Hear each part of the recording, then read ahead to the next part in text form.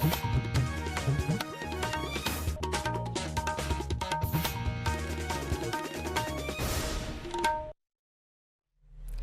evening. This is Akashvani Kohima. I am Janjatiya Gaurav with the news. The headlines. Union Minister Nirmala Sitharaman says corporate investment in Nagaland is increasingly focused on equipping youth. Chief Minister Neiphiu and Deputy CM Patton lauds Union Minister Sitharaman's 3-day visit to Nagaland. Nation celebrates Janjatiya Gaurav Divas, commemorating 150th birth anniversary of freedom fighter and tribal leader Birsa Munda. And DCPU Zunheboto holds Block Level Sensitization Programme on child rights protection and legal adoption. And now the news in detail. Union Finance and Corporate Affairs Minister Nirmala Sitharaman today said corporate investment in Nagaland is increasingly focused on equipping youth with advanced technology-oriented skills. In Dimapur, she inaugurated the AI and Future Skills Center of Excellence at Nagaland Tool Room and Training Center, highlighting two major initiatives driving this shift: a Tata Group Semiconductor Training Program in Kohima and a Scient Foundation partnership in Dimapur, offering AI-driven manufacturing and 3D printing training. Look at the range of CSR which is coming into Nagaland, and look at the purpose-driven way in which CSR is coming to help our youth in Nagaland. Give them the skills, not of things which happen every day, tool rooms for foundry, tool rooms for making sure some machine components can be repaired. All that is important. They should continue. But the new age related manufacturing which happens using AI, using very many things like 3D printers, and AI itself is going to be transitory. We don't know for how long, but transitory. We don't know for how long, but transitory. But in the meanwhile, it is capturing every productive activity because of the efficiencies it brings in. She said the programs aim to prepare Nagaland's youth for emerging opportunities in India's technology sector. Ms. Sitharaman also reviewed progress under the 112 Aspirational Districts initiative and led a credit outreach program with major banks to boost loan access and financial inclusion. This visit was focused more on going to the aspirational district, which is Kifere, and not just going to Kifere, but also to understand how the aspirational districts, the targets and the goals which were set even as India's 112 aspirational district plan was started off a couple of years ago, and essentially reaching the saturation point in health, education, nutrition, farming, women's empowerment. During the visit, she met Chief Minister Neiphiu and Cabinet Ministers to review the Special Assistance to States for Capital Investment Scheme. Ms. Sitharaman also virtually inaugurated a prefab multipurpose hall in PAC and a guest house for administrative officers in Zunheboto.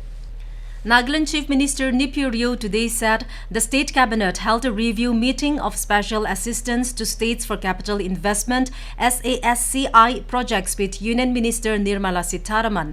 Taking to his social media handle, Mr. Ryo expressed sincere gratitude for Ms. Sitharaman's visit to Nagaland and for her valuable feedback and guidance. The Chief Minister said the state government looks forward to her continued support and leadership while working towards the developmental goals.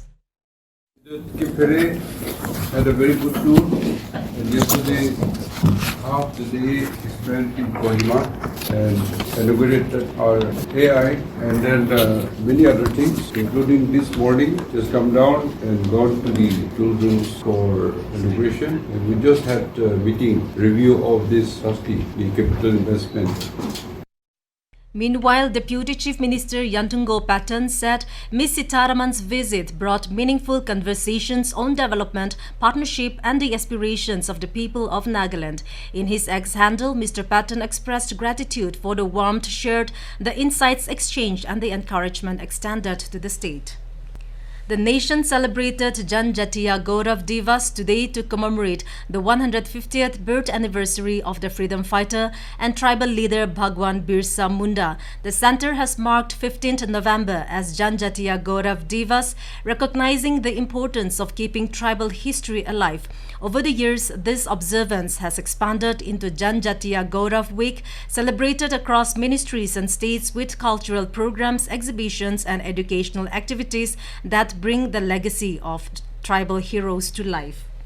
Akashvani correspondent reports that over the past decade, the vision of tribal development has expanded into a nationwide mission. Today, 42 ministries actively contribute to tribal welfare through the Development Action Plan for Scheduled Tribes. The government has continuously emphasized the development of museums and memorials dedicated to tribal freedom fighters.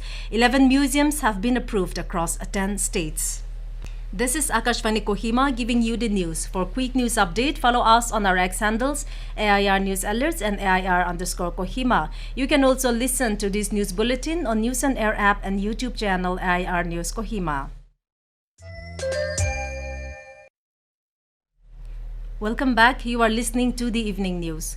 The Janjatiya Gaurav Vash Pakwara 2025 concluded today with a tribal walkathon from the Nagaland Civil Secretariat to the NLA Gate in Kohima. Flagging off the event, Advisor for Tribal Affairs and Election H. Tovihoto IMA said the walkathon commemorated the 150th birth anniversary of Bhagwan Birsa Munda, calling him one of India's greatest tribal freedom fighters. Noting Nagaland's nearly 100% tribal population compared to India's 8 to 9%, he highlighted the significant cultural, artistic and nation-building contributions of tribal communities and urged unity for the state's and the nation's progress.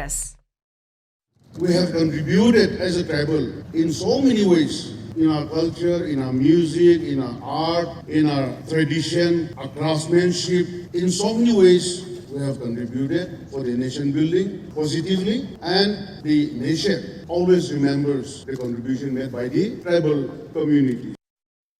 Tribal Affairs Secretary Angelina Tajan, in her keynote address, said the Pakwara honors Birsa Munda's courage and enduring legacy. This walkathon is not just a physical journey, but it is a symbolic one. A journey of unity, pride, and resilience. It is a celebration of the rich traditions, vibrant culture, and indomitable spirit of our tribal communities. She described the walkathon as a symbol of unity, pride and resilience and called for continued efforts towards tribal socio-economic development and empowerment while upholding the values Munda championed. The event also featured a tribal paintings exhibition and a tribal cuisine competition at the Duda Conference Hall. The Kimingan tribe won first place, followed by the Pom and Konyak tribes in second and third positions. As part of Child Rights Week from 14th to 21st November, the District Child Protection Unit DCPU Zunheboto held a block level sensitization program on child rights, protection and legal adoption today at Atoizu Town Hall. District Child Protection Officer Rezonyo Rita Ruta spoke on child rights, legal frameworks and the role of community participation in safeguarding children. Legal Protection Officer Luaying Konyak briefed attendees on child protection mechanism, legal adoption procedures and the responsibilities of statutory bodies. The program aimed to enhance grassroots awareness and strengthen community responsibility in promoting and protecting child rights. The Office of the Deputy Commissioner Kohima, led by DC B. Hanok Buchem, joined the live streaming of Prime Minister Narendra Modi's address from Gujarat and observed Janjatiya Gaurav Varsh at the DC's office today. Addressing the gathering, Mr. Buchem said the day honors tribal pride and the legacy of Bhagwan Birsa Munda, stressing the need to preserve traditional culture amid growing modern influences. He urged parents to teach their children their native dialects, noting that many youths struggle to engage in community and church activities due to unfamiliarity with their mother tongues. He encouraged families to reconnect with their roots by taking children to their villages to strengthen cultural bonds. Nagaland is participating in the 44th India International Trade Fair IITF, which opened at Bharat Mandapam, New Delhi yesterday. The Nagaland Pavilion was inaugurated by Joint Secretary MSME Mercy Ipau, who was joined by officials from Nagaland House, the Industries and Commerce Department, and the Planning and Transformation Department. After the inauguration, Ms. Ipau toured the pavilion stalls and encouraged exhibitors to utilize MSME ministry schemes for branding and design support. The pavilion features a range of Nagaland's signature products, including handlooms, handicrafts, food items, and dry flowers. The 14-day fair, concluding on 27 November, includes participation from 12 countries. And to end the news, here are the headlines once again. Union Minister Nirmala Sitharaman says corporate investment in Nagaland is increasingly focused on equipping youth. Chief Minister Neiphiu and Deputy CM Y. Patton lauds Union Minister Sitharaman's 3-day visit to Nagaland. Nation celebrates Janjatiya Gaurav Divas, commemorating 150th birth anniversary of freedom fighter and tribal leader Birsa Munda. And DCPU Zunheboto holds Block Level Sensitization Programme on child rights protection and legal adoption.